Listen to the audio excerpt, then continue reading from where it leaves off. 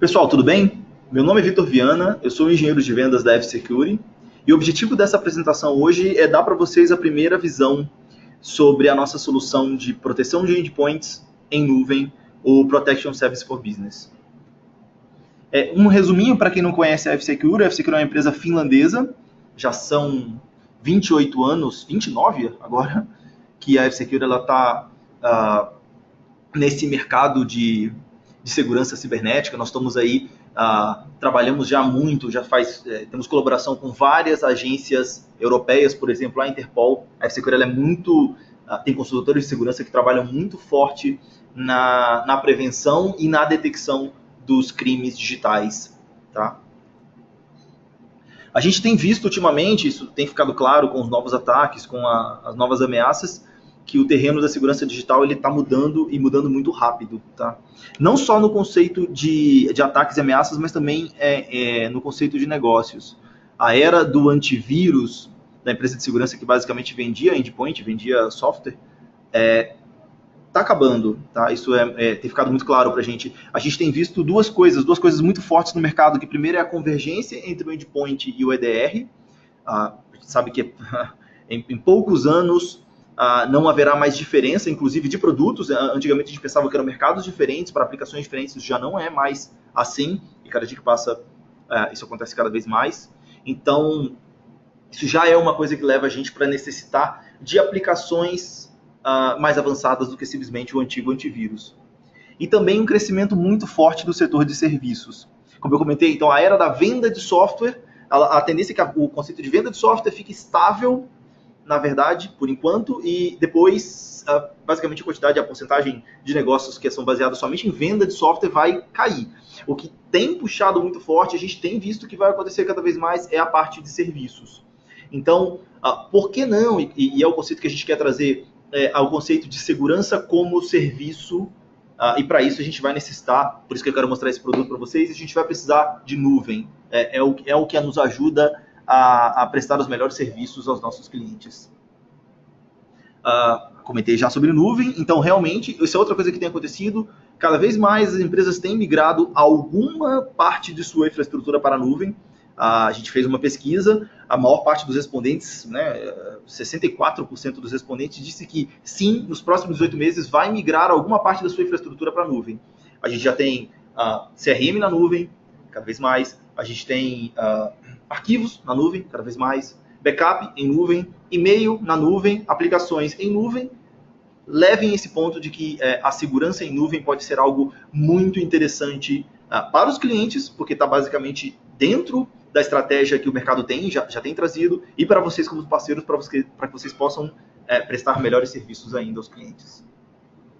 A F-Security pode ser sim a sua primeira escolha e a escolha dos seus clientes como um provedor de segurança, especialmente trabalhando com o conceito de serviços. Então, a gente tem pesquisas que medem a satisfação dos nossos clientes e dos nossos parceiros que trabalham com a solução em nuvem. No geral, temos um índice de satisfação muito bom, mas os que trabalham com a nuvem, tanto clientes quanto parceiros, têm pontuações de satisfação ainda melhores. Para o cliente é muito mais fácil, porque se eu penso no conceito de console local, eu vou precisar que alguém chegue até a minha console para fazer o serviço, seja eu, seja o meu parceiro. Quando a gente trabalha com conceito de nuvem, isso não é necessário, porque o parceiro tem a visibilidade, o parceiro pode prestar o serviço a qualquer momento e de qualquer lugar que ele esteja. Em matéria de proteção, a F-Security é extremamente consistente e nós somos muito bem avaliados por organizações independentes como a AV-Test. Nós somos a única empresa que ganhou o prêmio de melhor proteção da AV-Test por 5 anos. E desses 5 anos, 4 foram consecutivos. Então a gente tem mantido consistentemente nos últimos 10 anos um nível de proteção muito alto, acima da média do mercado, acima do que a concorrência consegue aplicar. E aí eu já comentei um pouquinho sobre isso no começo. Quando a gente falar de segurança digital, segurança cibernética, cyber security, não importa o nome, nós não estamos falando de antivírus. A era do vender antivírus acabou. Não é o objetivo daqui, não é o objetivo das soluções que a gente tem. Os clientes, os nossos clientes, eles precisam de uma proteção moderna, e que junte basicamente em uma só suíte de proteção ou em uma só console, vamos pensar assim, múltiplas camadas de proteção, gerenciamento das vulnerabilidades, inclusive com gestão de patches, proteção contra o ransomware, proteção contra senhas inseguras, proteção que junte Linux e Mac, proteção para dispositivos móveis. A era do ataque que era inteiramente baseado em Windows já não existe mais. A gente tem visto que os ataques a dispositivos móveis e a dispositivos macOS têm crescido muito. Por quê? Como basicamente as empresas têm prestado um pouco mais de atenção na proteção a ambientes Windows, o atacante, claro, ele sempre vai buscar o que é mais fácil para ele. A gente chama o pessoal chama de low hanging fruit, né? Eu vou buscar o que seja mais fácil para mim. Como basicamente a proteção a Linux, a Mac e a dispositivos móveis, né, Android e iOS, não tem sido tão levado em conta, é para isso que eles têm começado os ataques. Então a gente precisa levar tudo isso em conta na hora que a gente escolhe o provedor de segurança. A detecção, as detecções, antigamente, a gente podia pensar que era o antivírus baseado em assinaturas de arquivos, né? Que era basicamente o que a gente chama de sim ou não, ok ou não ok, né? Perigoso ou não perigoso, né? Mais ou menos. Ou isto é um vírus ou isto não é. Então, se eu sei que isto é um vírus, eu tenho a assinatura do arquivo, isso está dentro da minha base de dados de vírus, é um vírus e pronto, eu detecto e bloqueio. As detecções já não se baseiam mais nisso há alguns anos.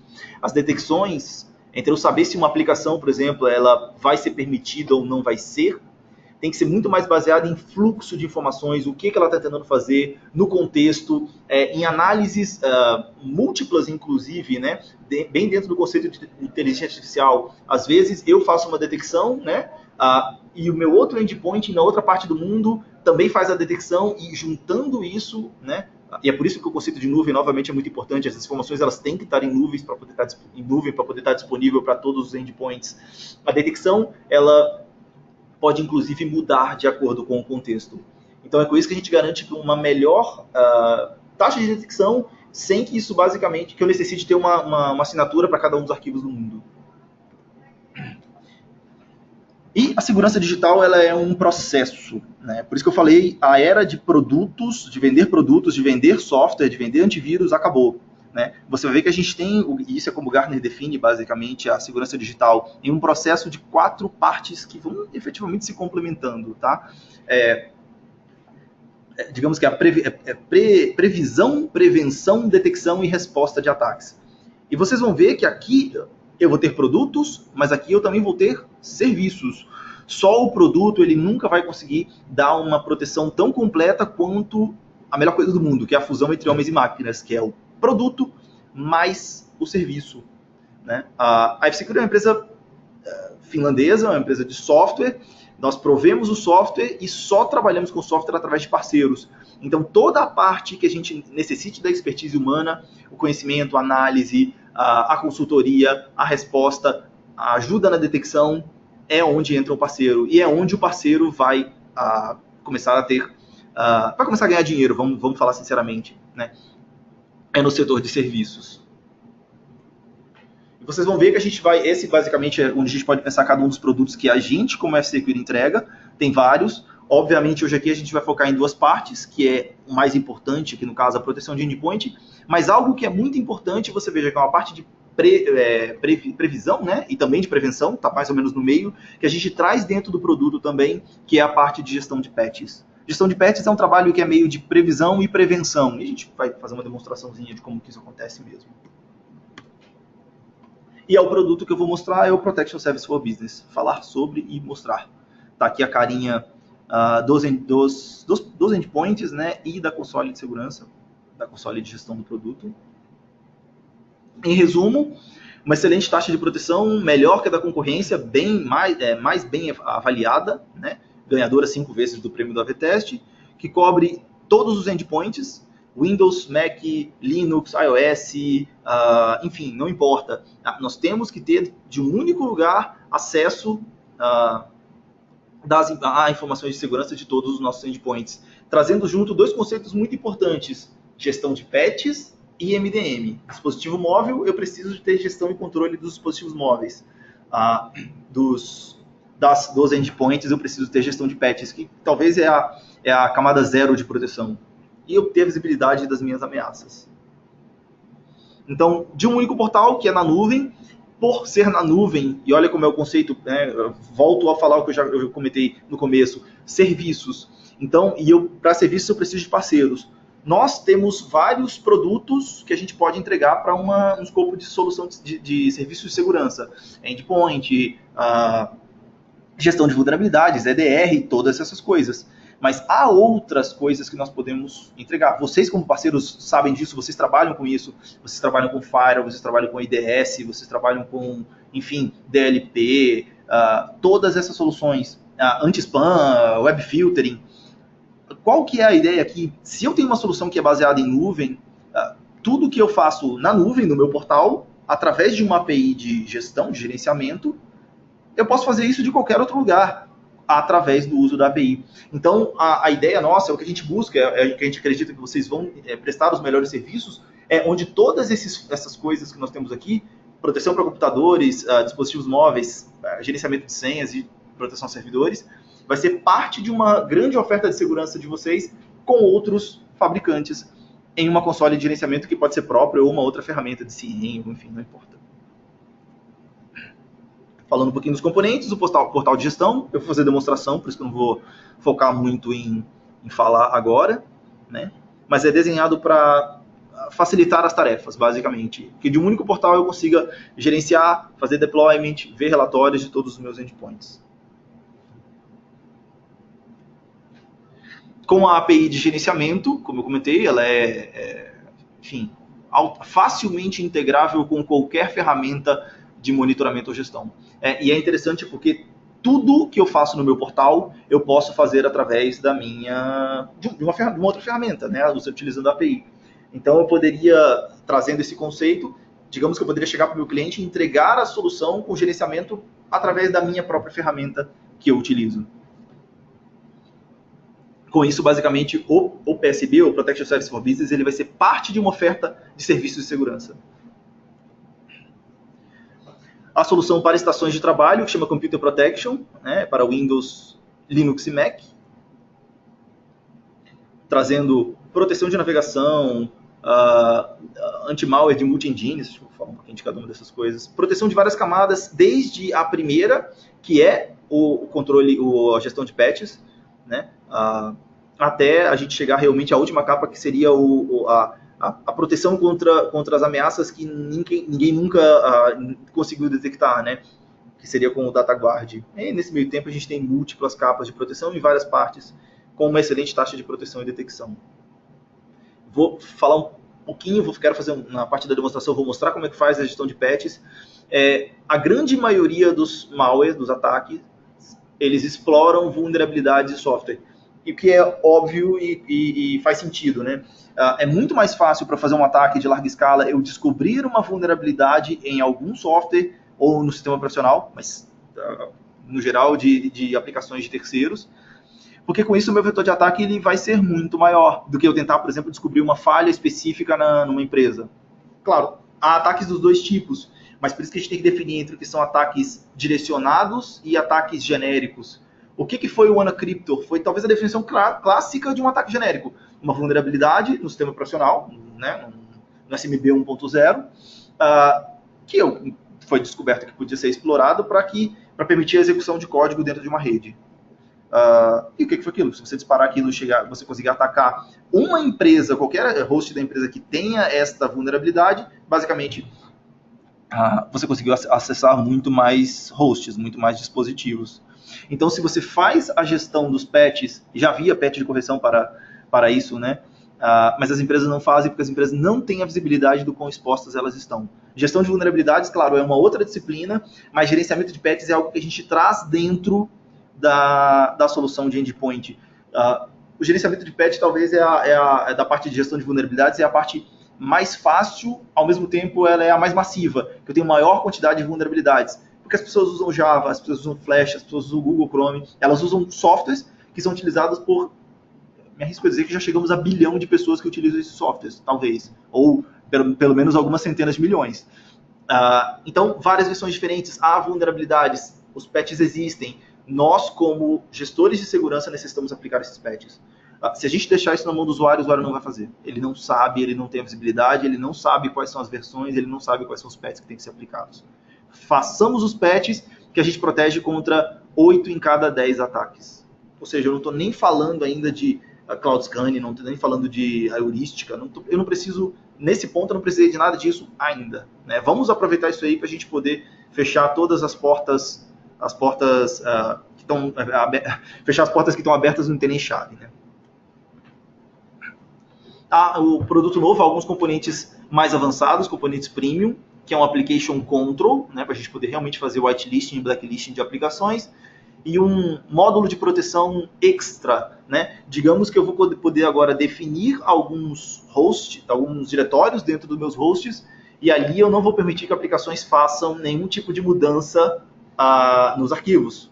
É uma proteção extra contra o ransomware. Eu não chamo isso de proteção contra ransomware porque basicamente as capas de proteção do produto são proteções contra ransomware. A gente gosta sempre de trazer novas capas de proteção, novas camadas, né? Sempre trazendo algum componente a mais, sendo que um vai ser sempre o failover do outro. Né?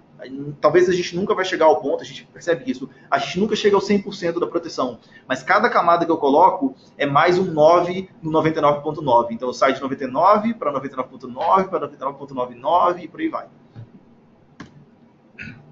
Proteção de senhas é algo muito importante que eu levo em conta, essa proteção de senhas, porque talvez a maneira mais fácil de eu conseguir atacar uma empresa é eu conseguir uma senha de um executivo, de uma pessoa. E por que isso? Serviços na internet, eles têm necessidade de senhas, é óbvio. Serviços internos também têm necessidade de senhas. E todos pedem senhas fortes e seguras.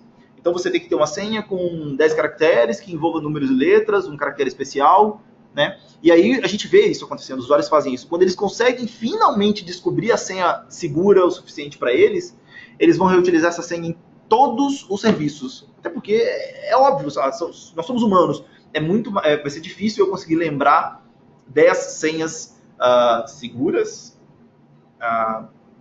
diferentes. O usuário então usa a mesma senha em todo mundo. E a gente vê casos disso. Então se a minha senha do meu LinkedIn, por exemplo, for capturada por alguém, os atacantes eles fazem isso, né? Eles têm o meu nome, Vitor Viana, sabem a empresa que eu trabalho, FSecure. Então, e eles, supondo que eles consigam capturar minha senha do LinkedIn, o que eles vão tentar fazer quando eles forem fazer um acesso à minha interna da empresa? Vitor Viana, tudo junto, @ domínio da empresa, com aquela senha, Vitor.Viana e por aí vai.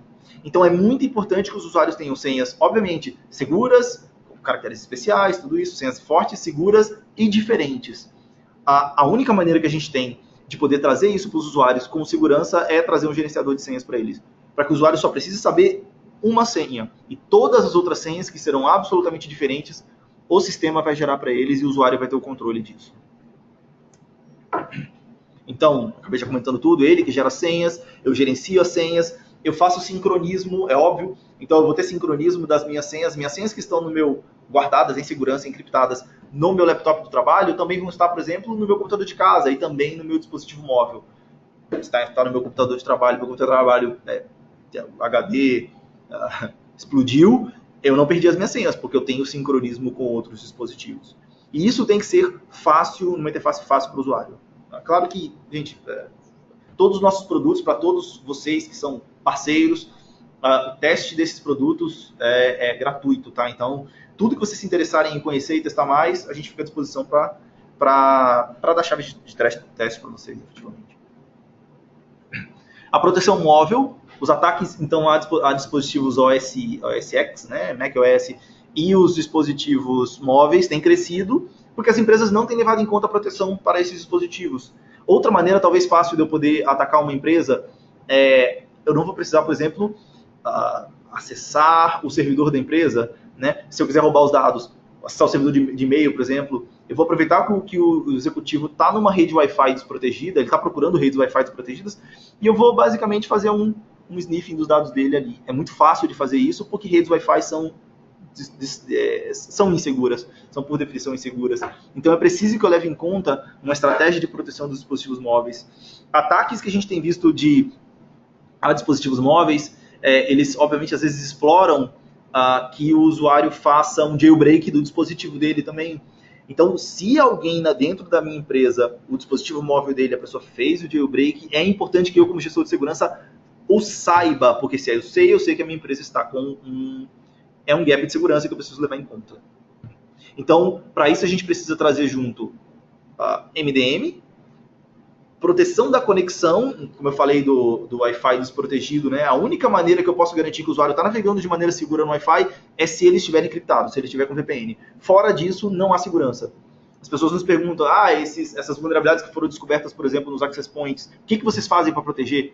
Eu falo, obviamente, os access points são inseguros. Basicamente, mesmo havendo ou não havendo vulnerabilidades, eles são sempre inseguros. O que a gente fala é encripte a comunicação dos seus usuários, especialmente quando a gente está falando de comunicações corporativas. Para as empresas, no geral, elas já têm sim VPN para estações de trabalho, até parte dos firewalls, por exemplo.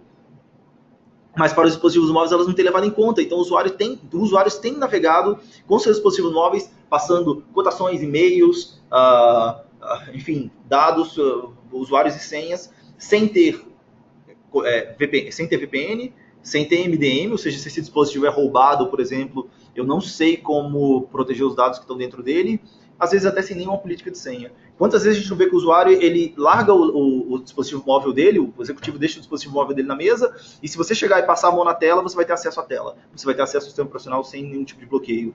Então, nós, como gestores de segurança, temos que definir políticas de segurança para esses dispositivos móveis. A gente pode trazer isso dentro, obviamente, de uma solução em nuvem. Dispositivos móveis, por definição, eles têm que ser protegidos por nuvem, não tem jeito. Eles têm que ser administrados na nuvem porque eles são a definição de mobilidade. O uso de VPN, ao contrário do que as pessoas pensam, ele, além de tudo, ele melhora a velocidade de navegação.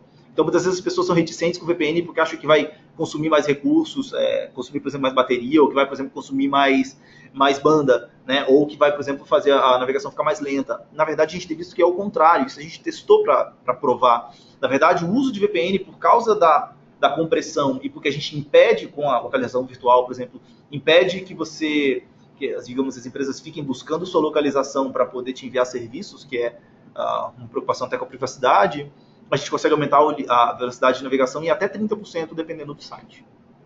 Então, e o consumo de bateria é marginalmente diferente. Então, o benefício que vem o uso de VPN e MDM dentro do dispositivo móvel, especialmente corporativo, é em algumas ordens de grandeza maior do que o custo, vamos falar assim, que você precisa aplicar num dispositivo. Claro que é importante a gente levar em conta que a gente tem dois tipos de cliente, óbvio, né? Talvez os clientes SME, eles estão começando a pensar em MDM agora. Os clientes maiores já estão com MDM, a gente tem visto isso. Então, obviamente que a solução ela tem que ter integrações com os MDMs de mercado. Então, ao invés de eu utilizar o MDM que vem na solução, eu vou utilizar o meu AirWatch ou o meu Mobile Iron, complementando, claro, essas excelentes funcionalidades desses MDMs, que vão trazer bloqueio de aplicações, bloqueio de conteúdos, com as funcionalidades que são importantes da solução de segurança. VPN, proteção de aplicações, enfim.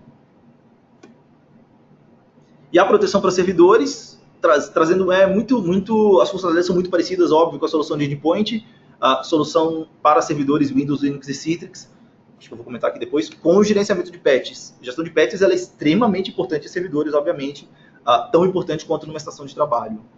Tá?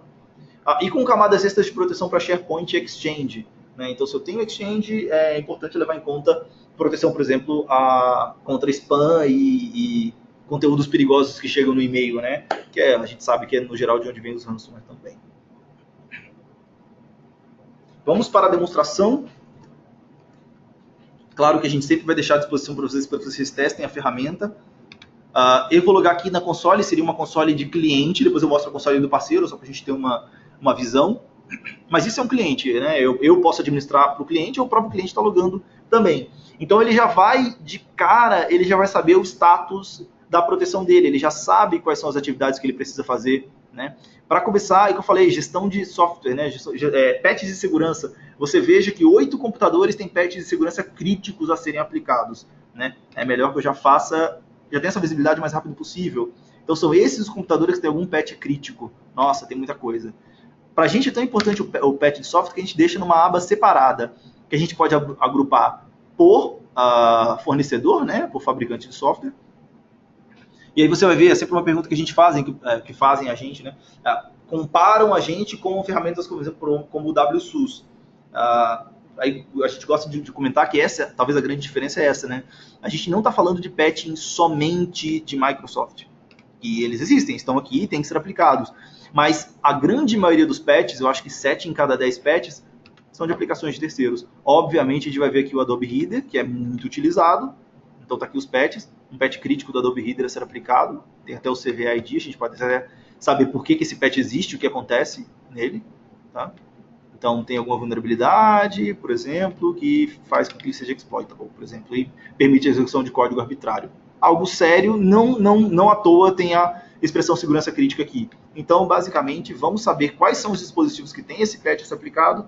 Tem só um, realmente um computador que eu instalei tem alguns minutos, e vamos chegar agora e vamos instalar, então, a solução de segurança nele. Desculpa, o patch de correção.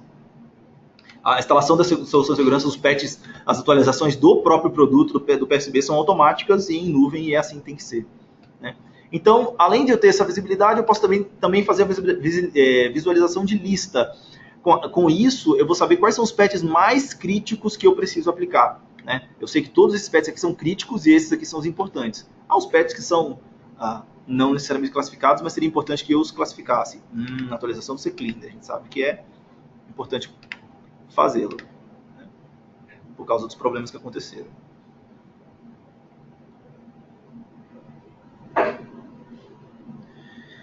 Com isso, eu já fiz o patching de software. Agora eu posso chegar nos meus dispositivos e agora eu tenho uma lista dos meus dispositivos e eu sei o status da segurança de todos eles. Eu posso chegar, por exemplo, saber o status de um computador específico. Vamos ver aqui, que é o meu computador, inclusive, pessoal. Né? Há atualizações de software críticas para ele. Eu não estou com a aplicação premium instalada nele ainda, eu preciso realmente fazer esse upgrade nele, é uma aplicação nova. E eu tenho o histórico das infecções que aconteceram nele. Então você vê que, basicamente, várias vezes que eu tentei baixar o aplicativo do Acar Test File, né, e foi bloqueado. Então eu tenho aqui o histórico. Esse histórico, esse relatório, obviamente tem que estar disponível aqui também. Então eu consigo pegar um relatório histórico das infecções, tá? Que ele, por definição, ele vem por últimos 28 dias, mas eu posso chegar e fazer da maneira como eu quiser. Então aqui basicamente eu vou ter o relatório histórico de todas as ameaças que já aconteceram nessa empresa. A gente pode pensar que essa é realmente essa ideia, tá? Eu chegar e exportar esse relatório, tudo bem, acabei exportando o relatório histórico, né? E é o que eu vou entregar para o meu cliente como um serviço, tá? A ideia realmente é que eu faça isso e que esse torne o serviço que eu vou entregar para o meu cliente.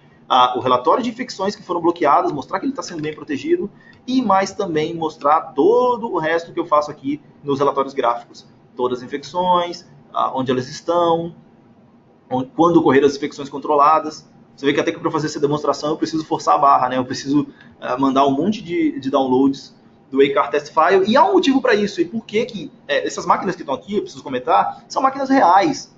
Essas máquinas todas, você vê que elas têm nomes de pessoas porque essas pessoas existem. Estou falando da minha família, minha mãe, meu pai, minha cunhada, minha irmã. E aí, por que basicamente, então, a gente pode... Será que essas pessoas, eles sabem navegar tão bem assim que eles não recebem malware o tempo todo? E aí eu preciso ficar forçando a barra aqui no Acar Test File? Na verdade, não, né? E eu vou mostrar exatamente o motivo.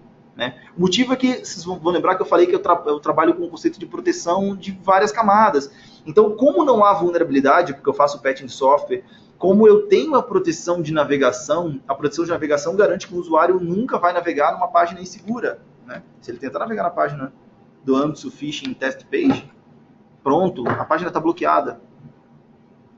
Você veja que isso aqui não precisa nem gerar algum log para o administrador que o usuário tentou navegar numa página potencialmente perigosa, que era o caso aqui. Está escrito em finlandês, porque o pessoal da FCQ deixa em finlandês. Né? Isso é configurável, porque eu estou fazendo da minha própria máquina.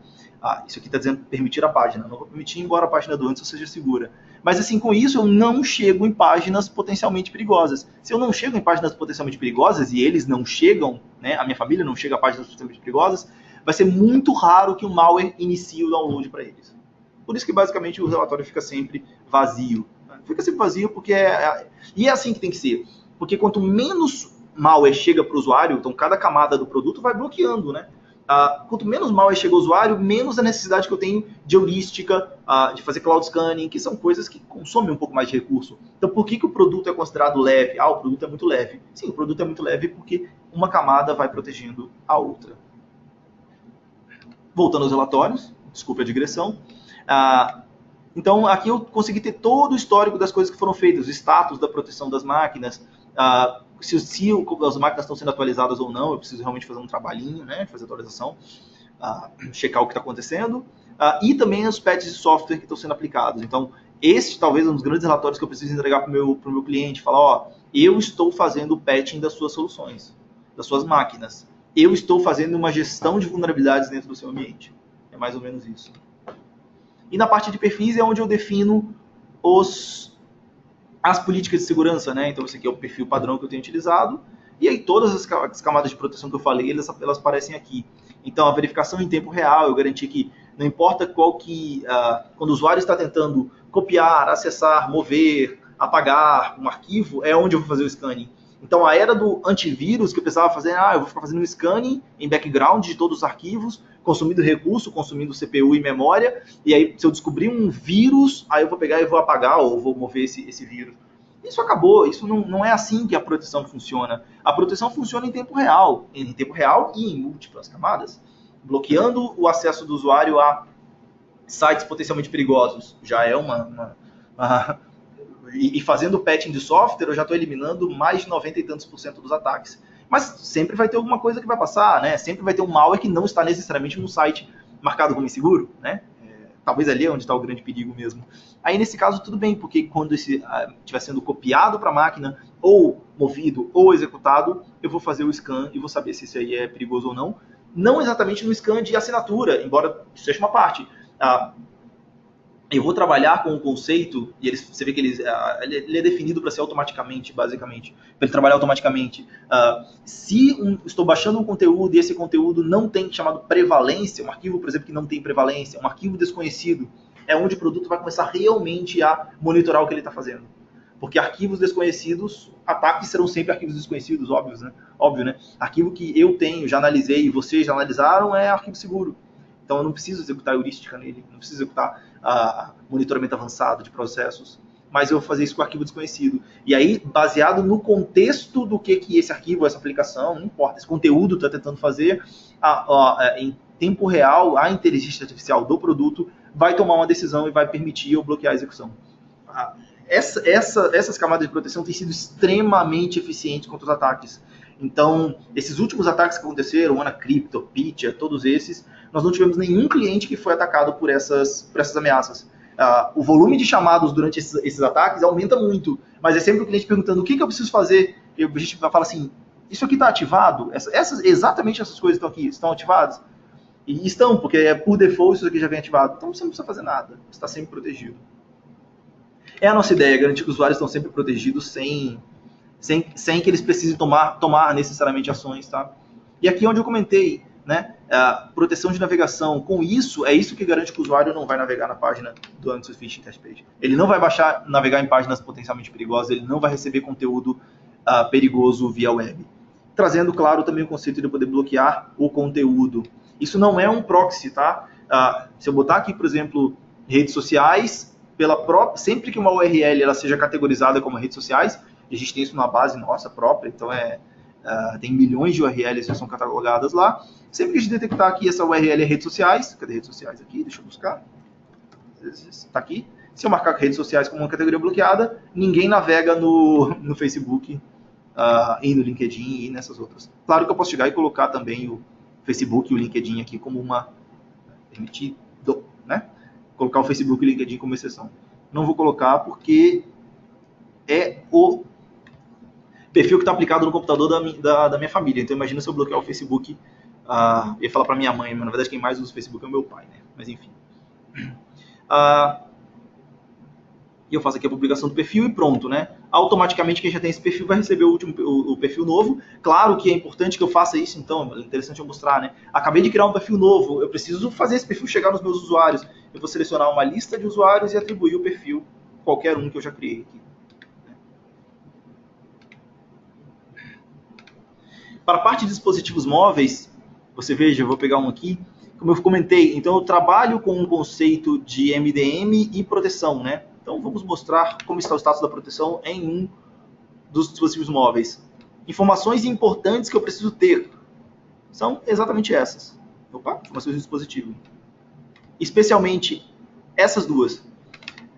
Se esse dispositivo for perdido, ou especialmente se ele for roubado, né? O que eu preciso fazer? Eu preciso bloquear o... Preciso bloquear o aparelho, né? E eu faço esse bloqueio pelo e-mail. Então, pergunta para o usuário se ele sabe qual é o e-mail dele, né? Tem toda uma atividade que ele precisa fazer para ele saber o e-mail. Não se preocupem, vocês terão a lista dos e-mails dos seus dispositivos, porque elas estão aqui.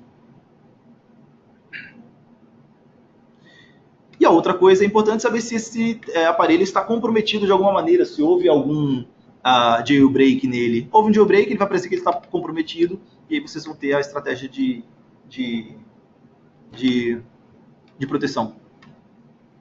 Informações importantes aqui, quanto de dados eu já encriptei, que é da VPN, se a proteção de navegação está ativada, quantos sites perigosos já foram bloqueados, as tentativas de rastreio. Então aqui a gente está realmente juntando MDM com VPN, com proteção de aplicações. E claro, eu também posso, aqui não aparece, né? Mas realmente é muito interessante que no perfil eu defina, aqui no perfil para dispositivos móveis,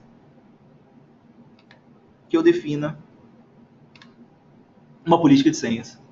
Então, eu vou forçar para que o usuário tenha uma senha, que ela imediatamente já bloqueie a tela depois que o usuário, né, não está mexendo na tela, que imediatamente ele peça o PIN, que eu precise de um PIN, por exemplo, simples, inteligente, restrito ou personalizado, para evitar o dispositivo que fica sendo usado para marcar lugar no shopping, né, na praça de alimentação do shopping, que se alguém chegar lá e passar a mão na tela, vai conseguir ver todas as informações, ver o último e-mail que as pessoas enviou, né, o último e-mail que a pessoa enviou, vai ver as cotações que foram enviadas, a lista de preços, enfim, são coisas que a gente sabe que não podem ser enviadas. E a partir daqui eu faço o deployment, eu instalo todas as aplicações, eu instalo tudo a partir daqui. Tá? A última coisa que eu vou mostrar é rapidinho, né, o Password Protection. Vou mostrar com a minha conta mesmo, não tem problema. Então, qual que é a ideia? Lembra que eu não preciso saber não preciso saber uma lista de senhas, né? Eu só preciso saber uma senha agora, uma senha segura. Com uma senha segura que eu sei, eu vou ter todo acesso das minhas senhas. Então, se eu criar uma nova senha chamada de teste, né? Uma senha de teste, de usuário teste e a senha, não quero nem saber qual que é. Eu vou deixar que ele gere para mim uma senha de 20 caracteres, que seja, e essa vai ser a senha que eu vou usar no meu serviço chamado teste. Pronto, tá salvo. Se eu quiser agora procurar o teste, qual que vai ser a senha do teste, né? Não sei, honestamente eu nunca vou saber isso aqui de cabeça. Mas ótimo, porque agora eu só vou copiar isso aqui e a partir de agora, se eu precisar colocar isso no serviço, eu vou chegar e colocar a senha do teste. Ou seja, ao invés do usuário ter que proteger inúmeras senhas e gerenciar inúmeras senhas, ele só vai precisar saber de somente uma, que é a senha de acesso aqui à ferramenta, né? Vamos falar assim. E aí é muito mais fácil da gente manter a proteção dos conteúdos e das senhas. Pessoal, é isso. A gente aqui fica à disposição de vocês. Quem quiser testar, todos esses produtos vão estar disponíveis para vocês testem. Acha que algum cliente quer fazer o teste no cliente, a gente vai acompanhar, a gente vai ajudar vocês. A ideia realmente é trazer numa única ferramenta de gestão, numa única console, todas as camadas de proteção que a gente tem dentro da suíte de proteção em nuvem. Tá? E realmente preparando o cliente, preparando o mercado para o modelo de serviços, preparando o mercado para o EDR, preparando basicamente para o futuro. O futuro está disponível agora, basicamente. Obrigado e a gente fica à disposição.